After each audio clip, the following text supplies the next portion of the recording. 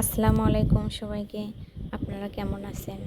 আশা করি ভালো আছেন। আলহামদুলিল্লাহ আমিও আপনাদের দয়ায় অনেক ভালো আছি। আজকে আমি দেখাবো ভুঁড়ি বা বট কীভাবে প্রসেসিং করতে হয়, কিভাবে কাটতে হয়।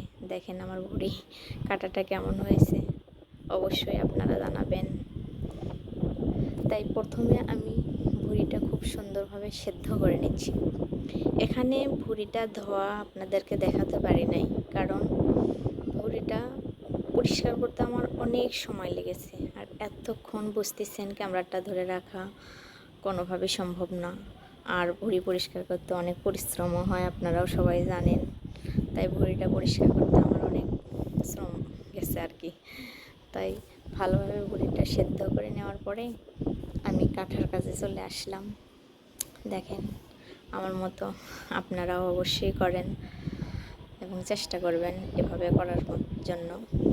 দেন ভুঁড়িটা আমি প্রথমে সেদ্ধ ভালো করে নেওয়ার পরে আমি এভাবেই মনে করেন কাটার চেষ্টা করতেছি।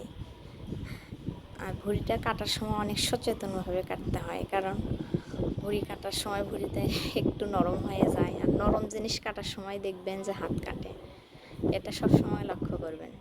খুব সাবধানতার সহিত ভুঁড়ি কাটতে হবে। অনেকে অনেক জায়গায় আপনার বড় করে কাটে, অনেক জায়গায় ছোটো করে কাটে। আমাদের অঞ্চলে অবশ্যই ছোটো করে আমরা ভুঁড়িটা কাটি। আমি এভাবেই কাটছি। কে কার অঞ্চলে কীভাবে কাটে অবশ্যই জানাবেন। আমরা এভাবেই করি।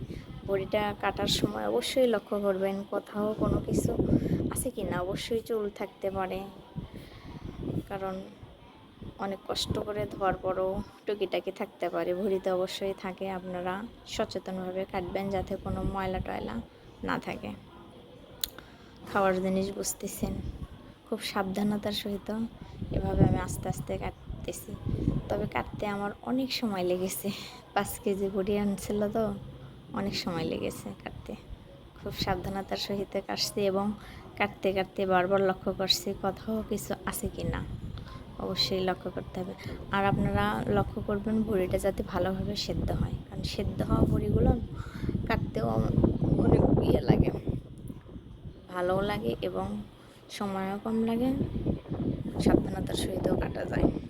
আপনারা এভাবেই দেখে দেখে কাটার চেষ্টা করবেন। তারপরে সবগুলো কেটে শেষ করলাম এবং দেখেন তো আমার ভুঁড়িগুলো কাটা কেমন হয়েছে। এভাবে কেটে আপনারা ফ্রিজিং করতে পারেন, ফ্রিজে রেখে কিছুদিন পর পর খেতে পারেন, কারণ সবগুলো ভুঁড়িতে একসাথে খাওয়া কখনোই সম্ভব হয়ে ওঠে না। তাই কেমন হলো আপনারা অবশ্যই আমাকে কমেন্টস করে জানাবেন।